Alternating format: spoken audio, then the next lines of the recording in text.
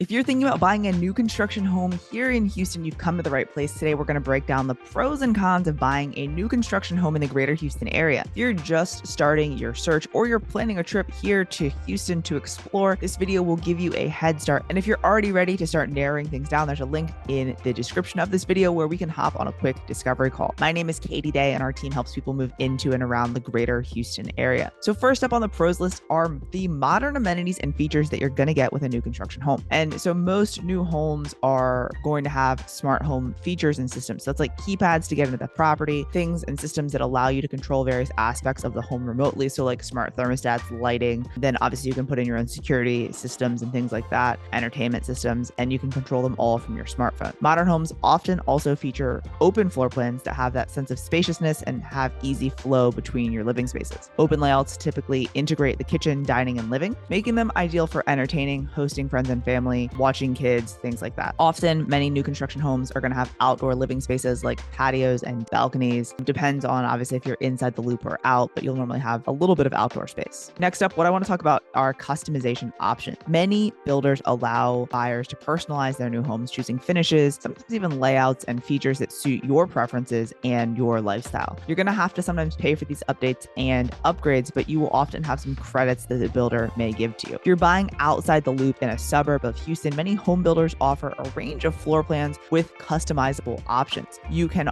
often choose from different layouts, such as the number of bedrooms and bathrooms, kitchen and living areas, and like if there are going to be other rooms, like maybe an office or a study, a media room, things like that. Even with just standard features, many new construction homes offer a selection of finishes and materials for various elements of your home, including like the flooring, countertops, cabinets, sometimes even paint colors and hardware. You can choose from different options to create the desired aesthetic and feel that you want for your home. So unless you're buying a semi-custom or custom home, most builders aren't going to allow for structural changes to the property, but it never hurts to ask just to see if it's something that could happen. We recently had a client building in Rosenberg, and even with like the standard plan from the builder, they were able to choose different cabinet finishes, hardware finishes, and flooring without adjusting their budget. It really, again, just depends on the builder and what they are willing to do. So digging a little bit more to the energy efficiency, new homes are often built to improve insulation, reduce air leakage, and things like that. They also want to help to maintain a consistent indoor temperature, which obviously means a little bit less for the heating and cooling bills, and then is a little bit more comfortable. They're also normally going to have high efficiency HVAC systems to use less energy to heat and cool your property. And in addition, most new homes are going to have the energy efficient appliances. So a lot of different things to help have a slightly lower electric bill and have high performance appliances. And then also something that people don't really think about, but most new construction homes are going to have LED lighting, and that's energy efficient, but then they also don't need to be replaced. They have a longer lifespan than your traditional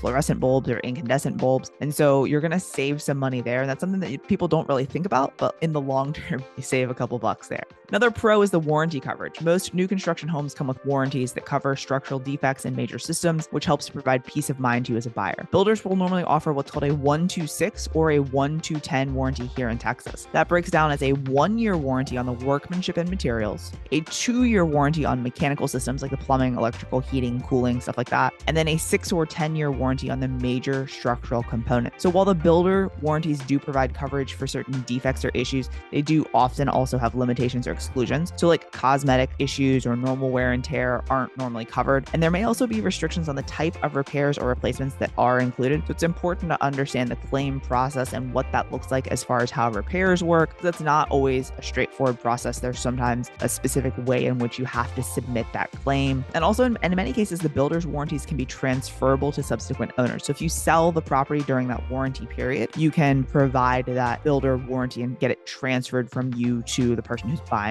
your property. Another pro are community amenities. So many new construction communities, especially in the suburbs, they have a range of amenities like parks, pools, and things like that that foster a sense of community and provide additional value to you as a resident. Common amenities in the suburbs are going to be like pools. Most of them are going to have resort style swimming pools with like water features and slides, designated areas for lounging, sunbathing, splash pads, all that. Clubhouses are also pretty common in the larger communities with like fitness centers, multi-purpose rooms, areas for events and gatherings, spaces for socializing, things like that. Most communities also now plan for parks and green space. They prioritize having walking trails and places for outdoor recreation. Most of them are also going to have playgrounds and play areas throughout the community with like swings, slides, things for kids to climb on and stuff. Sports courts as well. So like tennis courts, basketball courts, pickleball courts, volleyball courts, soccer fields, even in some communities. So like most communities have some sort of green space or place where kids and people can play. Dog parks are also another thing that we see popping up. Dedicated areas you can let your dog run leash free in a safe environment. It's a little bit more rare, but the community events and activities. So many new construction communities are going to organize community events, social gatherings, activities to foster a sense of belonging and connection. And again, some of the master plan communities have like social directors that do that. And then outdoor entertaining areas. So some places will have like outdoor kitchens, picnic areas, grilling stations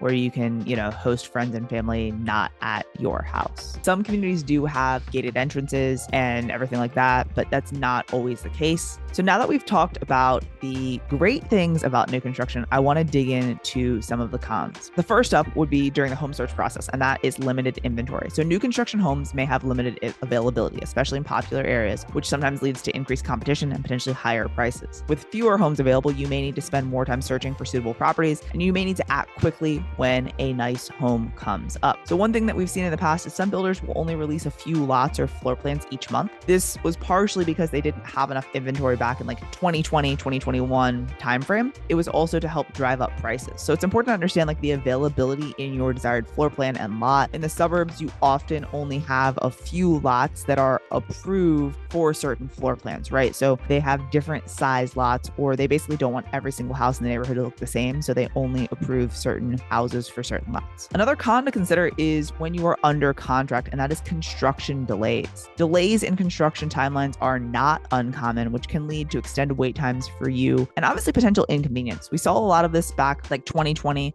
to 2023 because there were like a ton of supply chain issues and manpower issues for vendors. But if you're buying new construction, I'd ensure that you're able to live month to month, or that you don't give notice on your apartment until you have a concrete closing date. And then like if you're selling your current property, I would explore the option of selling after you close, or potentially moving somewhere for a short period of time temporarily if you need the cash out of your current home. We've had clients who've sold too early and then had to scramble when the builder pushed their closing back by like a month or two. So if you're juggling a sale and a new build, let's talk through the timing so we can make sure that the plan works smoothly. It's definitely something that you can do of selling your current property and buying a new one, but you do need to have a game plan and a backup plan in place. Another thing to consider when you're under contract is the potential for cost overages. Unexpected expenses can arise during the construction process, like upgrades, change orders, or unforeseen construction issues, which leads to higher overall costs. Many builder contracts do have some sort of escalation clause. So like if expenses increase, they may be able to pass some of that cost on to you. So be sure you understand what you are reading and understand your options if they exercise an escalation clause when you're under contract. Once you've closed and you've moved in, you may have to deal with construction disruption. Ongoing construction activity in the community can be noisy, it can be dusty, and provide disruptions to your daily life. And obviously, you may spend more money on car washes and potentially tires if you run over a screw or a nail. And if you work from home, make sure you know the timeline for construction for the homes around you. Nothing's worse about than moving into a home and then realizing there's no other homes built on your street and you've got to deal with listening to nail guns for the next 6 months. So another thing to consider, obviously depending on the neighborhood or area, is a lack of established infrastructure. So new construction neighborhoods may lack the infrastructure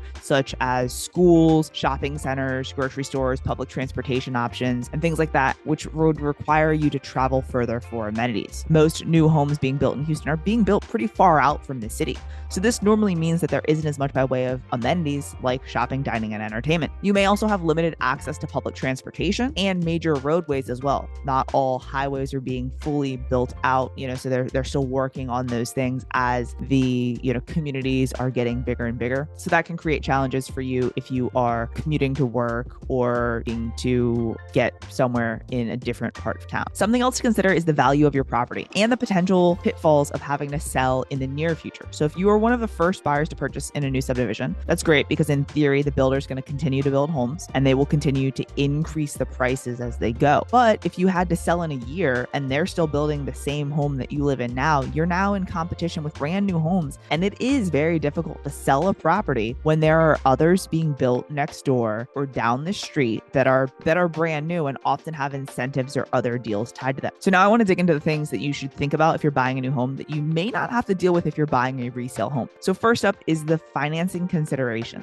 When you are buying new construction, many builders have builder incentives. They're offering closing cost assistance, maybe rate buy downs if you use their preferred lender, but these aren't always the best deal long term. I always recommend getting a second opinion from a local lender. Our preferred lender always looks at all of our clients that are buying new construction to make sure they are getting the best deal possible, either with her or with the builder's lender. She always lets them know if there's any red flags in the numbers from the builder. Because often they'll get incentives from the builder, but then have fees that are tacked on that kind of wash those things out. Interest rates are also something to consider when you are buying new construction. So there's locking your rate and having a floating rate. So if you're buying early in the build, maybe even before the property is built, you want to understand the rate lock timeline and extended rate lock options. These are normally costs associated with locking in your interest rate with the lender. So that basically means that if it's a 7% interest rate today, you are locking that number in. It's also important to understand the deposit structure. So normally for a resale home, you're going to pay around 1%